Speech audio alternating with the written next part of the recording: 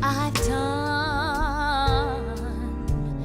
Speak for me. I was born in Stansbury, Maryland, May 12, 1935.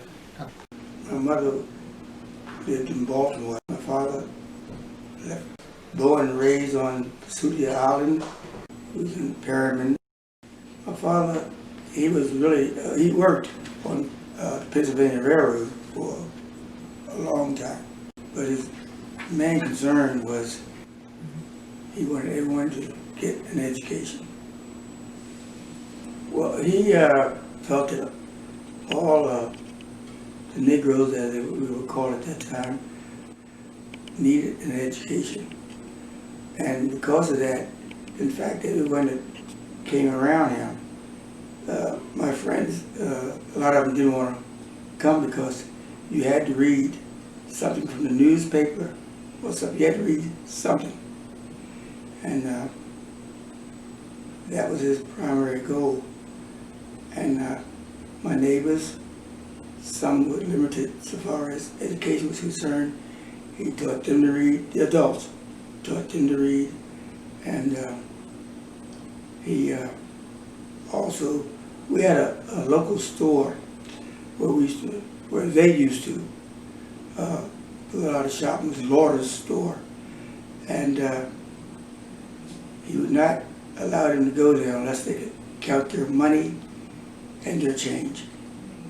I think because he was Clayton C. Stansbury, for some unknown reason, I guess the word got out with the younger people that you had to respect Mr. Clayton. Mr. Clayton doesn't play. And as I said, he taught us to say, yes ma'am, no ma'am, open the door for ladies and what have you. And everybody that came to my house knew him. He knew he wasn't a foolish-minded person, and automatically they respected him. I can't give you a rhyme or a reason, but he did.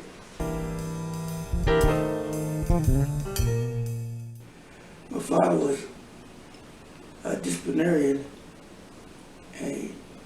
not a mean manner, but a man who could look at you and you would know what he meant. Don't ask me why, but that's the way it was. He didn't say you had to do anything. And my mother was also that way. You didn't have to do anything. But they always said, if I were you, I'd do this, that, and the other. I tell you what he told me. I had a neighbor, his name was Calvin Hogan, called him Skippy. He was a little ornery, you know. But at any rate, I was on the wood pile with my father. And as I said, I didn't weigh very much, and I'd sit on the cross tile while he was sawing wood for the winter. And he'd tell me, move up, son. Cross tile's still going up. Move up, son. So when the fellow across the street called me, I said, Papa, you want something done? Right, do it yourself. I have to saw today, crosscut saw. If he didn't get caught in the fence, I think that man would have wore me out. But I have that sword hanging in my family room. And people ask me, why is that sword there? But, yep. His thing was, if you want something done right, do it yourself.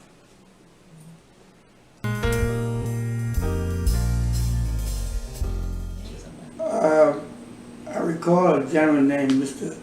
Ennis. He ran a small store about a block away from home.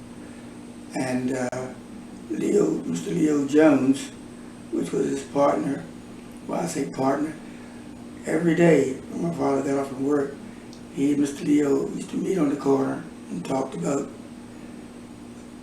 school business. When I was coming up, you were not allowed to interfere with an adult's business. That was a no-no. Okay, where you were, what you were doing, do not interfere in their business. I went to school in Hatteras Elementary School, and also I went to high school there. I graduated in 1953, the last graduating class of the school, school at that time. I did not miss a day in school from the 7th grade till I graduated. Well, Mr. Roy, I don't know if we were related or not, but his name was Leon S. Roy.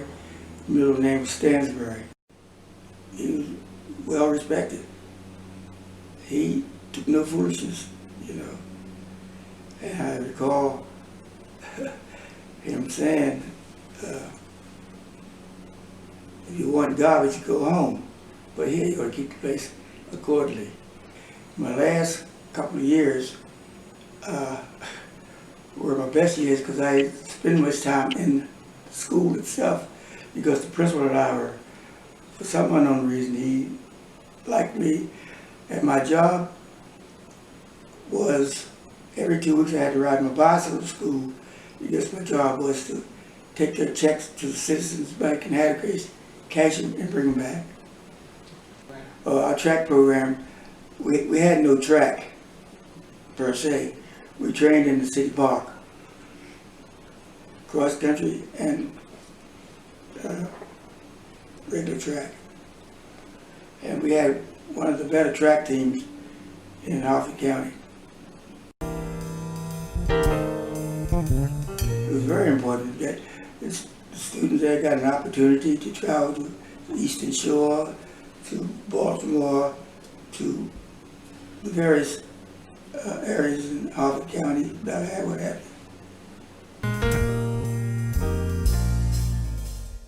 We had some teachers there, primarily Mrs. Bernice Williams.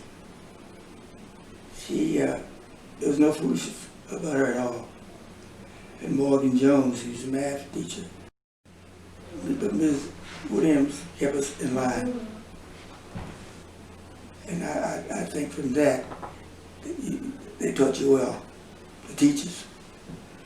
For the most part, the teachers that I had were no foolishness. It was business. You came to school to learn, not to play. They took you as their own. If there was 50 or 10 in class, that's the way they took it. And as I said, Mrs. Williams, I could name several others, that's the way it was. There was no foolishness with them.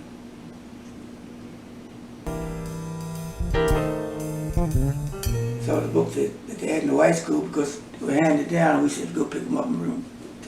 No, well, because we didn't know from which they came.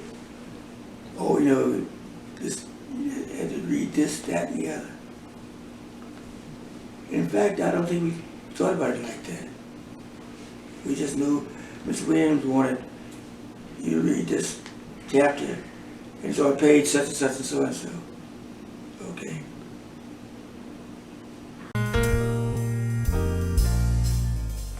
Well, you know, to be honest with you, we didn't pay too much attention to it because I used to live a block from the fellows that went to the high school, the white high school, if you want to name that. And I used to pass them every day. We never gave it a thought. I mean, we'd pass each other and talk to each other, but I can only speak for myself in that sense. Oh, you know, I used to pass Jackie Smith and the fellas that I didn't know, see this evening, and we took it, I guess, for granted. Yeah, we'd see each other every day, and we played together in the streets, what have you, and I didn't think anything about it, you know. Till later in life, I realized what was going on.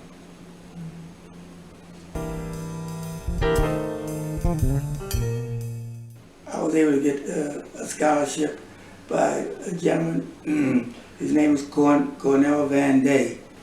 He went to Morgan, and he took me to Morgan and introduced me to Coach Hurt.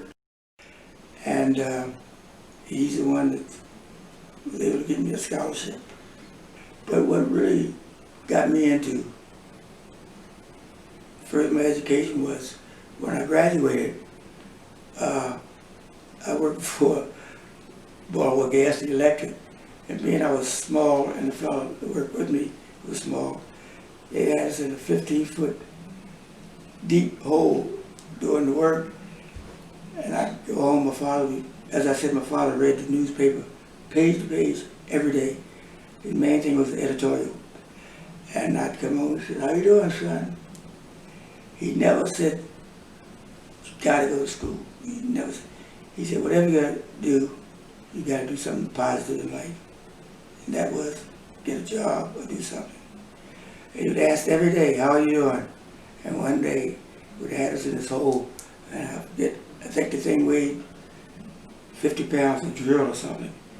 And I weighed about 100 pounds at max. And he said, "What are you going to do?" He said, "What are you going to do in life?" I said, "I got to do something else." That job was wearing me out. And that's when Cornell Lilly came through and took me to Morgan. But when I went to Morgan, I'll never forget it, I came home in mid-semester, and he said, "Son, reading the paper." He said, "What is it? What's that word right there? What is that? What does that mean?" He said, "It's good enough." I said, "You didn't know that?" He said, "No, just know if you're learning anything." As I said before, everyone that came to my house, you had to read something, or you didn't come. We had fellas today, you can tell you, they didn't come over today because they didn't want to face Mr. Clayton.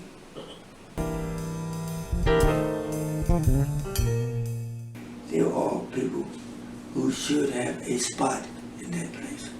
Well, all of her relatives were into education and they were highly respected in the community. Now I knew that before anybody told me about them. Sit down and tell you who they were. You would pass there, you ride your bicycle and hollering and carrying, make a fool of yourself. You just automatically respond and respected those people. He taught me a lot. He's one of the best athletes that came out of Happy Grace. He ran track, he played ball. He was he was a very intelligent man. And he used to talk to me all the time. And I learned a lot from him. And he was just a terrific man. I think he could have been a politician long before myself or any other person involved in. I think that it should be turned into a historical building where the young people can go and get an education from the building itself. Because that's where our history was. Black kids learned to respect and got an education that we still carry. May the work I've done speak for me. When I'm resting in my grave, there is nothing that can be said. May the work I've done speak for me. May the life I live speak for me. May the life I live speak for me. When the best I try to live, my mistakes He will forgive. May the life I live, oh yes, speak for me.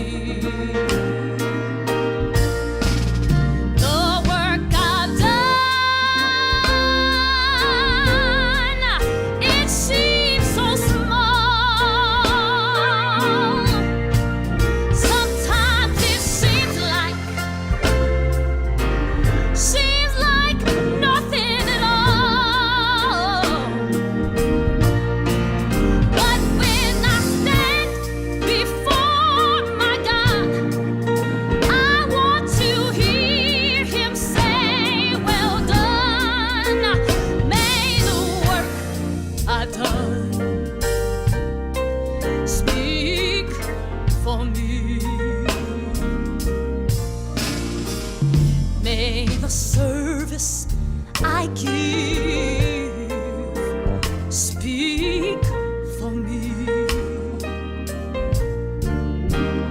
May the service I give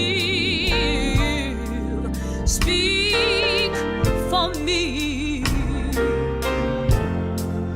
When I've done the best I can and my friends don't understand,